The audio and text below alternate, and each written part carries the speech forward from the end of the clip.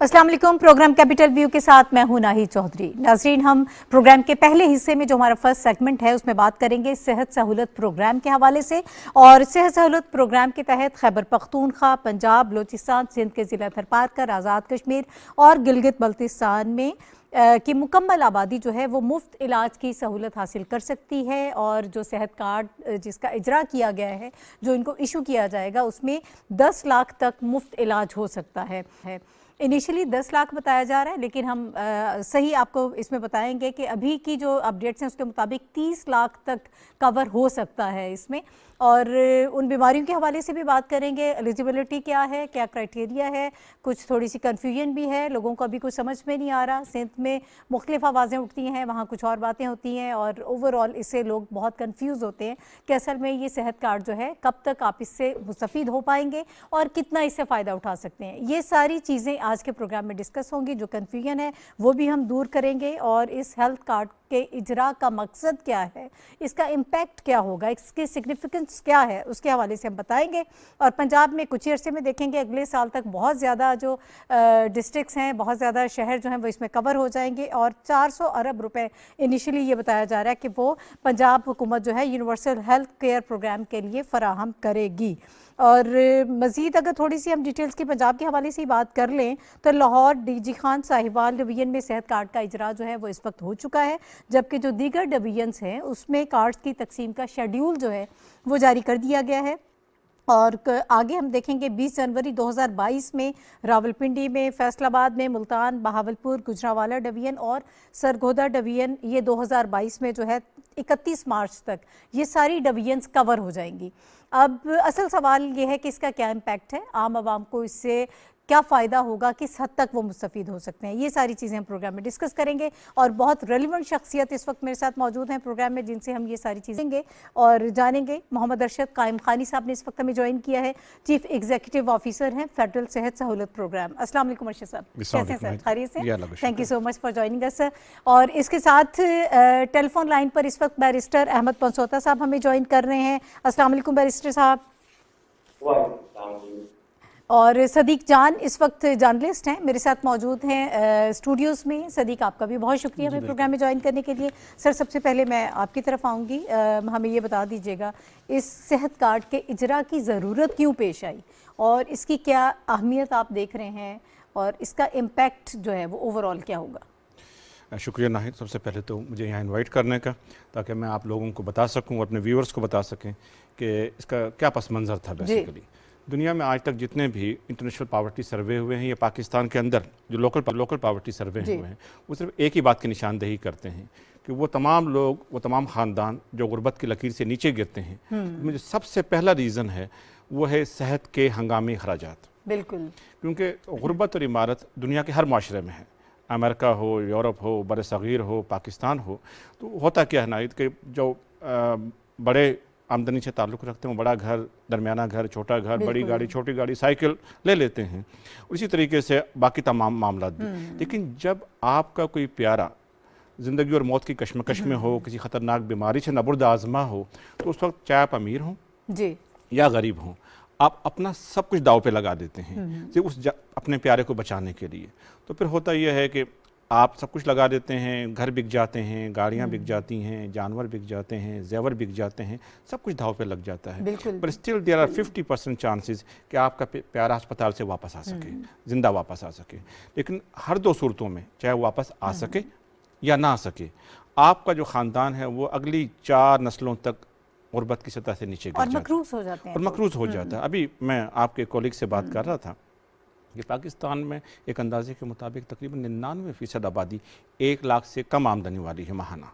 अब तसव्वुर कीजिए कि इस आमदनी की सिचुएशन के साथ अगर कल सुबह 3 बजे मुझे या आपको या हमारे किसी प्यारे को 10-12 लाख की कोई हेल्थ इंटरवेंशन करवानी पड़े, कोई कार्डिक बाईपास, इसी किस्म की कोई दूसरी चीज़, तो आप तसव्वुर कीजिए कि इस इनकम कर्व के साथ वो पैसे कहाँ से अरेंज होंगे। ठीक है, तो इस बला, इस मुसीबत के आगे बंद बांधने के लिए हुकूमत पाकिस्तान ने था कि जिस कार्ड का इजरा किया, कोई कार्ड जो है उसको इशू किया जाए ताकि लोग फ़ायदा उठा सकें। सर, अब मुझे ये बता दीजिए, 10 लाख इनिशियली बताया जा रहा है कि आप इस हेल्थ कार्ड के में 10 लाख के तहत किसी भी सरकारी अस्पताल से या प्राइवेट हॉस्पिटल से आप इलाज करवा सकते हैं।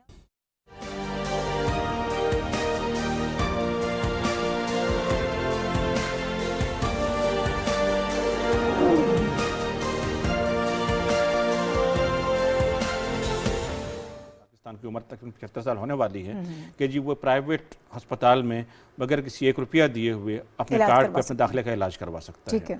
अब जहाँ तक आपका जो पहला सवाल का जो पहला हिस्सा है, देखिए अब मैं सिंध हुकूमत हो या बलूचिस्तान हुकूमत हो, आपको पता है 18वीं तरमीम के बाद जो है तमाम हुकूमतें जो है हेल्थ के मामले में सूबाई हुकूमतें वो आज़ाद हैं, वो किसी भी मॉडल को अपने आवाम के लिए, अपने शहरियों के लिए किस तरीके से वो चूज़ करती हैं, ये उनकी सवाबदीद है। ठीक है। नेचुरली जब हमने वफाकी हुकूमत के तौर पे ये प्रोग्राम शुरू किया, हमने तमाम सूबों को इसमें एतमाद में लिया। सिंध हुकूमत की लीडरशिप से भी हमारी गुफ्तगू हुई and they were very positive about the सेहत कार्ड के ये बड़ा अच्छा मॉडल है। अभी मैं आपको पिछले साल की बात कर रहा हूँ, बल्कि इस साल की बात भी कर रहा हूँ। सिंध की टॉप लीडरशिप से मेरी ज़ाती डिस्कशंस हुए and they were very positive कि जी इसको हम देखेंगे, इसको अपने तरीके से हम इसका जायज़ा लेंगे। हमने कहा जी आप अपने हमारे साथ शरीक हों, अपने तौर पर कोई जारी करना चाहें, कोई इससे कोई बेहतर मॉडल लेके आना चाहें, ये आपकी डिस्क्रिप्शन है। But being a federal government ये हमारी जिम्मेदारी है कि हम आपको उसमें सपोर्ट करेंगे, जिस किस्म की भी आपको टेक्निकल सपोर्ट चाहिए, जो भी चीज़ चाहिए। एक वजाहत करना बहुत ज़रूरी है, जो आपने सूबाई हुकूमतों के हवाले से पूछा है। 18वीं तरमीम के बाद चूँकि तमाम सूबाई हुकूमतों को सेहत और उसका बजट दे दिया गया है, तो हर सूबा अपने ख़ानदानों के लिए या अपनी आबादी के लिए हेल्थ कार्ड की जो खर्चा है या प्रीमियम है उसको देने का जिम्मेदार है। पंजाब की सूबाई हुकूमत अपने ख़ानदानों का खर्चा दे रही है, केपी अपने का, और एजेके, जीबी और ये जो आईसीटी है ये फेडरल गवर्नमेंट की जिम्मेदारी है, तो वफाकी हुकूमत इनको दे रही है। अलबत्ता वफाकी हुकूमत वफाकी इलाकों के अलावा 2 इलाकों की एडहॉक फाइनेंसिंग कर रही है। एक केपीके के जो नए अभी डिस्ट्रिक्ट फाटा के जो थे वो शामिल हुए हैं, 6 डिस्ट्रिक्ट को 7 एजेंसियाँ 13 डिस्ट्रिक्ट्स हैं, उनको अभी तक फेडरल गवर्नमेंट सपोर्ट कर रही है, लेकिन आने वाले दिनों में वो हम केपी की गवर्नमेंट को दे देंगे। उसकी तरह थरपारकर में भी खुसूसी तौर पे वफाकी हुकूमत इसको दे रही है। अगर आने वाले वक्त में सिंध हुकूमत को अपना प्रोग्राम लेके आती है, कुछ चीज़ शुरू इनिशिएटिव लेती है, तो वी वुड लाइक कि जी आप वो उनको चलाएं। अच्छा सर, ये जो सारे अखराजात की आप बात कर रहे हैं, यकीनन ये बहुत बड़ा बजट भी दरकार है इसके लिए।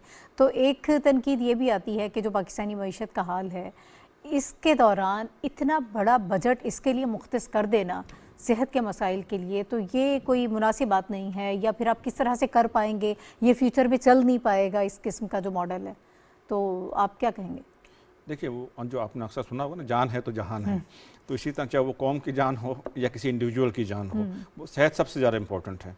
अगर हुकूमत पाकिस्तान या रियासत पाकिस्तान सेहत के मामले में प्रायोरिटी इख्तियार ना करे तो किस मामले में इख्तियार करे? सेहत बहुत ही ज़्यादा ऑब्वियसली सर, इसमें तो कोई दो राय है ही नहीं ना कि आपको बिल्कुल। इसीलिए पहली बार 75 साल में अगर कम से कम फलाही शोबे के सेहत के मामले में अच्छा काम करने लगे हैं, ये हमने आधे से ज़्यादा अच्छा काम कर लिया है। As of the time when I am talking with you, हम 11-12 करोड़ लोगों को ऑलरेडी कार्ड दे चुके हैं, और आने वाले 3 महीनों में कोई 18-19 करोड़ तक ले जाएंगे, और उसके बाद सिंध शामिल हो जाएगा तो 23 करोड़ इंशाल्लाह सब हो जाएंगे। अब जो सवाल आपका मईशत के हवाले से है, वो आपकी बात ठीक है कि हमें थोड़े से चैलेंजेस हैं इकनॉमिक फ्रंट के ऊपर, लेकिन ये बात ज़रूर मद्देनज़र रहे कि हम जो भी पैसा खर्च कर रहे हैं हेल्थ कार्ड के ऊपर, उसका अगर मैं पूरे नेशनल यूनिवर्सल हेल्थ कवरेज कर लूँ 23 करोड़ 40 लाख पाकिस्तानियों का, इसमें अगर मैं सिंध का भी एज्यूम करके शामिल कर लूँ साथ, कोई 250 अरब रुपए का तकरीबन बिल बनेगा अप्रोक्सीमेटली। अब एक तरफ ये बिल है जो कि अस्पताल के दाखिले की सूरत में तमाम पाकिस्तानियों को इस दर्द सर से आज़ाद कर देता है।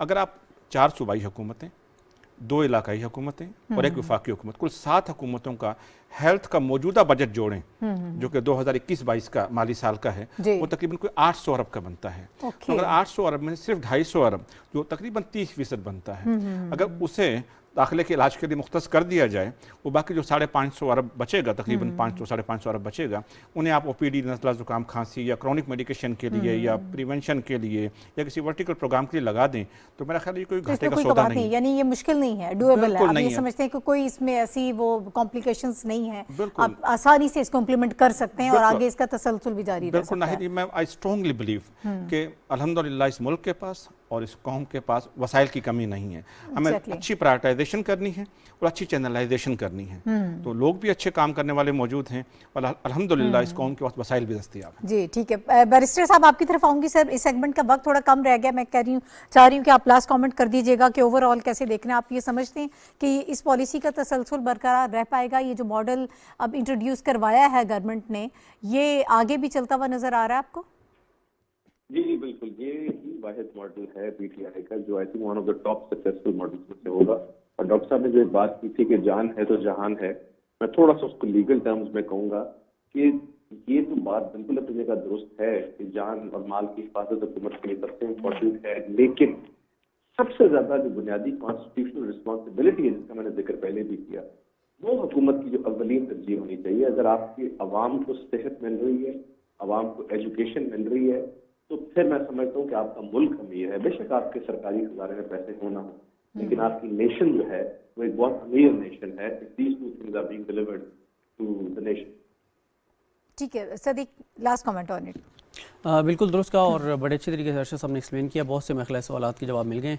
बस अगर एक मुख्तसर साहब, हाँ बिल्कुल मुख्तसर ये बता दें कि एक तो हॉस्पिटल के ऊपर चेक एंड बैलेंस साहब कैसे होगा कि वो ट्रीटमेंट ठीक कर रहे हैं या नहीं कर रहे, और दूसरा ये जो हमारे यहाँ हर चीज़ में हम 2 नंबरी निकाल लेते हैं, तो इसमें भी कोई ऐसा तो नहीं होगा कि बगैर ऑपरेट किए कोई तो वो ये ना कि टेस्ट की मद में ही सारे पैसे निकल जाए। ये भी तो हमारे यहाँ होता है ना कि बहुत सारे सदीक टेस्ट साहब आपने बहुत ही जो दिए जाते हैं। है to the point on the spot सवाल किया है। देखिए हेल्थ इंश्योरेंस जो है सदीक साहब नाहिद साहब कि जहाँ भी दुनिया में का उसमें एक सर्टेन एलिमेंट जो है फ्रॉड एंड अब्यूज़ का हमेशा होता है, इसमें कोई शक की बात नहीं है।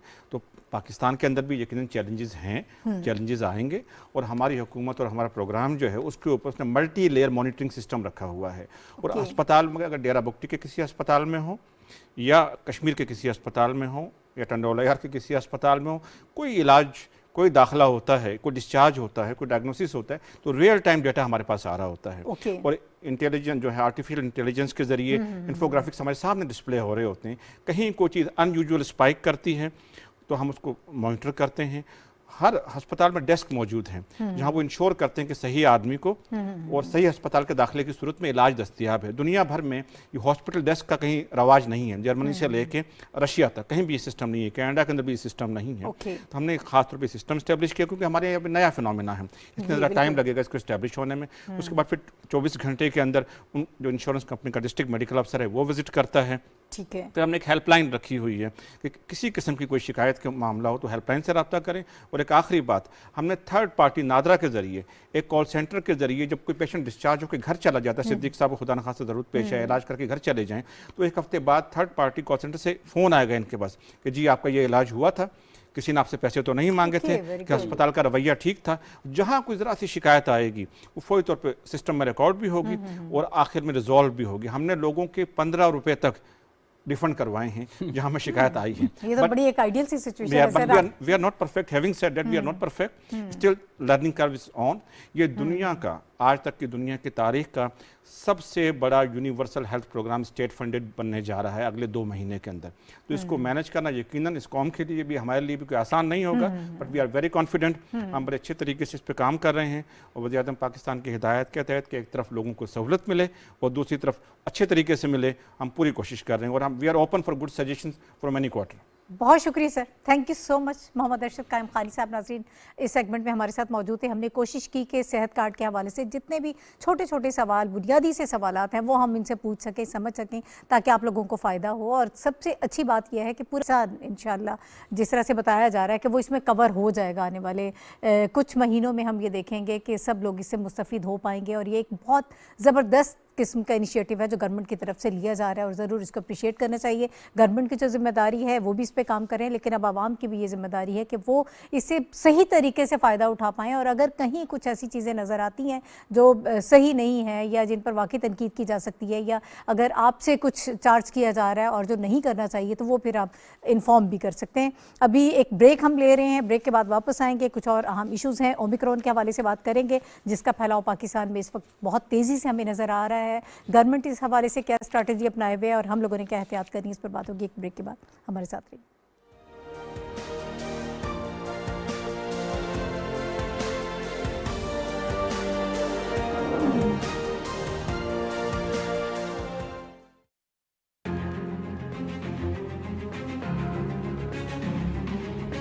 The Prophet lives in our hearts. When he's ridiculed, when he's insulted, it hurts. As we human know, the pain of the heart is far, far, far more hurtful than physical pain. जब तक मुसलमान दुनिया मिलके इसका pressure नहीं डालेगी मगरिब मुबालिक के ऊपर, ये मुश्किल रहेगा हमारे लिए कि वो इसके पीछे छुप जाते हैं कि जी आज़ादी राय।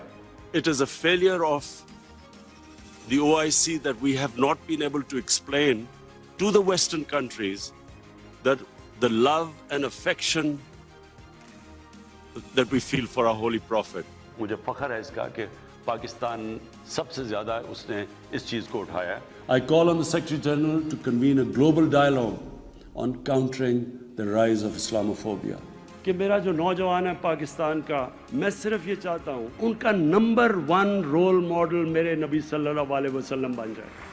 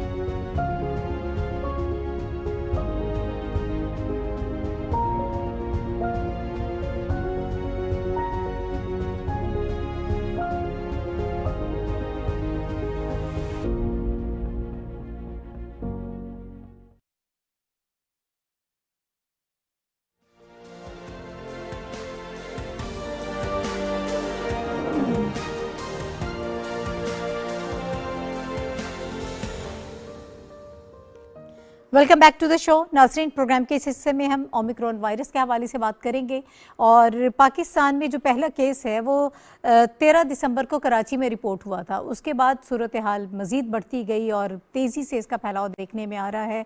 डेल्टा वेरिएंट के हवाले से कहा जा रहा है कि इसकी शिद्दत उससे भी ज़्यादा है उसके फैलाव में और अब इसकी तादाद जो है वो सैकड़ों में हो चुकी है। पाकिस्तान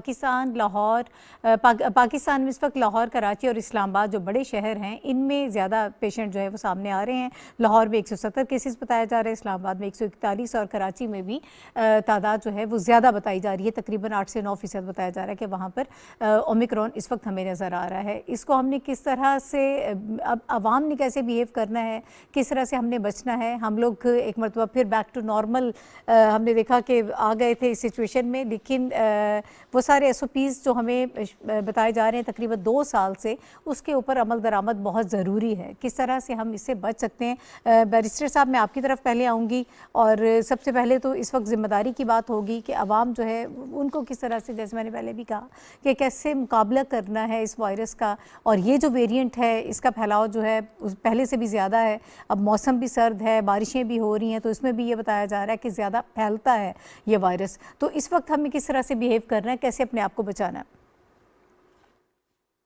हेलो, जी आवाज़ आ रही है? जी बिल्कुल। जी मैम, इसमें मेरी गुजारिश ये होगी कि इस पर तो सबसे पहले आई थिंक दादी बुनियादों पर वही मेजर्स लेने की जरूरत है जो पहले लिए गए थे, जिसमें लार्ज गैदरिंग को रोकना बहुत जरूरी है। जी, इस वक्त आप देखें तो पाकिस्तान में जो शादियों के फंक्शन हैं, they are on the rise. और आप किसी भी शादी के फंक्शन से वापस आते हैं तो आपको पता लगता है कि 10, 15, 20 लोग आपके जानने वाले इन्फेक्टेड हैं।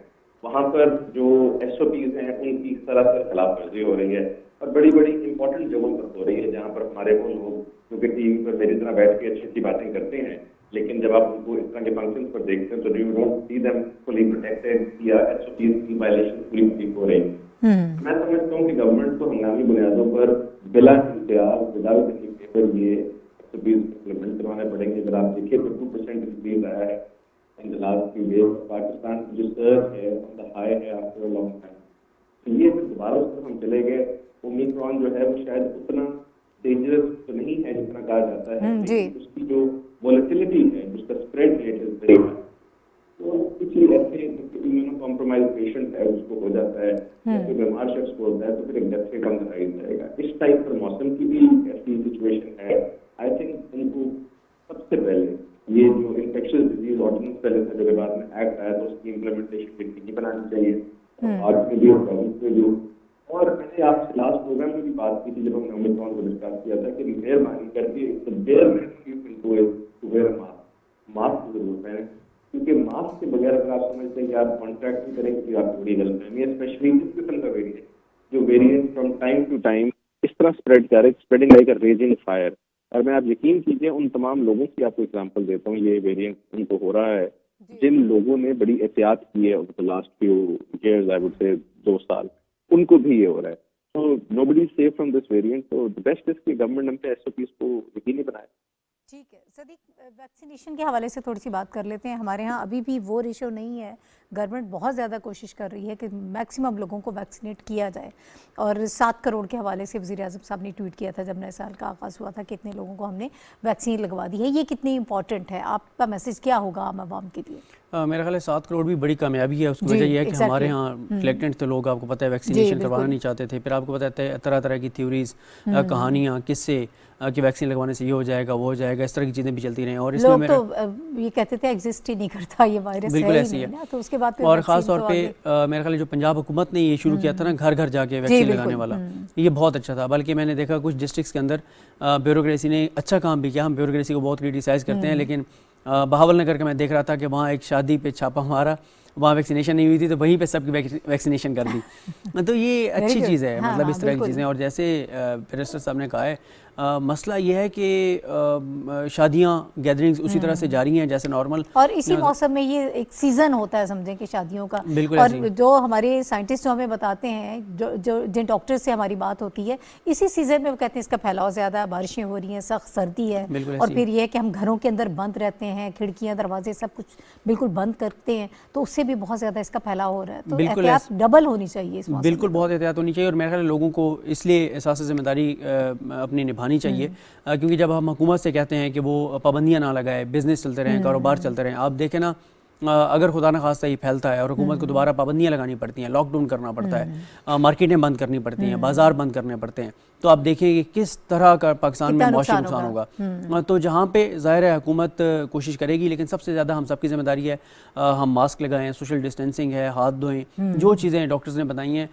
देखें, हमें उन लोगों से जो है जिन लोगों को जो कोविड का शिकार हुए, वो उन्होंने जिस तरह से अपने एक्सपीरियंसेस शेयर किए, जो खुशनसीब हैं, जो सेहतयाब हो गए, वरना आपको पता है कि बहुत से लोग पाकिस्तान में जो हैं वो उनकी डेथ भी हुई है। तो हम इसको बिल्कुल एक मजाक समझते हैं बहुत से लोग, और इसको संजीदा नहीं लेते। और इसीलिए मैं कह रहा हूँ कि उन लोगों से पूछें जो लोग कोविड का शिकार हुए और किस तरह से उन्होंने ज़िंदगी और मौत की कश्मकश में वो रहे, और उनके अपनों ने किस तरह से वो भुगता है। तो इसलिए मेरे ख्याल हम सबको एहसास जिम्मेदारी अपना अदा करना चाहिए, सोशल डिस्टेंसिंग को, मास्क को। एक तो एसओपीज पर अमल करें, और दूसरा वैक्सीन जो है वो ज़्यादा से ज़्यादा बिल्कुल आप अपने लिए नहीं करते तो अपनों के लिए कर लें। आपके बुजुर्ग अगर घर में वालिदैन हैं, 12 से 14 साल के जो बच्चे हैं उनके लिए भी जो वैक्सीन का कहा जा रहा है कि वो भी ज़रूर इसे वैक्सीन लगवाएं। और एक और चीज़ जो हम बार बार करते हैं प्रोग्राम में बात, कि लोग ये समझते हैं कि शायद ये नया वेरिएंट आया है तो शायद जो पहले वाली वैक्सीन है वो इतनी उस पर असर नहीं करेगी, लेकिन अगर आपने वैक्सीन करवा ली है तो यकीनन ये वेरिएंट जो है आप इसे इस हद तक ज़रूर बचाएंगे कि एटलीस्ट आप हॉस्पिटल नहीं जाएंगे या ज़्यादा क्रिटिकल आपकी सिचुएशन नहीं होगी। ज़रूर आपको वैक्सीन जो है वो इससे बचाएगी। बैरिस्टर साहब, मुझे ये बताइएगा, एनसीओसी ज़ाहिर है वो इसको मॉनिटर कर रहा है, और असद उमर साहब कह रहे हैं कि हम डेली बेसिस पे मॉनिटरिंग जो है वो हमारी हो रही है। टेस्ट हमारे यहाँ कैपेसिटी थोड़ी कम है, उस तरह से इतने हो नहीं रहे हैं टेस्ट जितने होने चाहिए। और अभी हमें डेल्टा वेरिएंट से कितने लोग जो पहले वो चल रहा है उसके जद में कितने लोग हैं, और ओमिक्रॉन की जद में कितने लोग हैं, वो भी अभी हमें मुकम्मल तौर पर मालूम नहीं है। उस हवाले से भी तो लीगली क्या ऑप्शंस हो सकती हैं? वो लॉकडाउन की तरफ हुकूमत जाना नहीं चाह रही है, वो लॉकडाउन नहीं लगाना चाह रहे। हो सकता है कि स्मार्ट लॉकडाउन की तरफ जाएं, लेकिन किस तरह से लोगों को पाबंद किया जा सकता है? लास्ट टाइम भी हम ये बात कर रहे थे, पिछली वेव में भी, कि लोगों को फाइन लगाया जा सकता है, या फिर एक तादाद मुकर्रर कर दी जाए कि अगर इससे ज़्यादा जो है लोग बाहर निकलते हैं या कहीं गैदरिंग होती है तो उसमें फिर कोई जुर्माना कर दिया जाए उन्हें।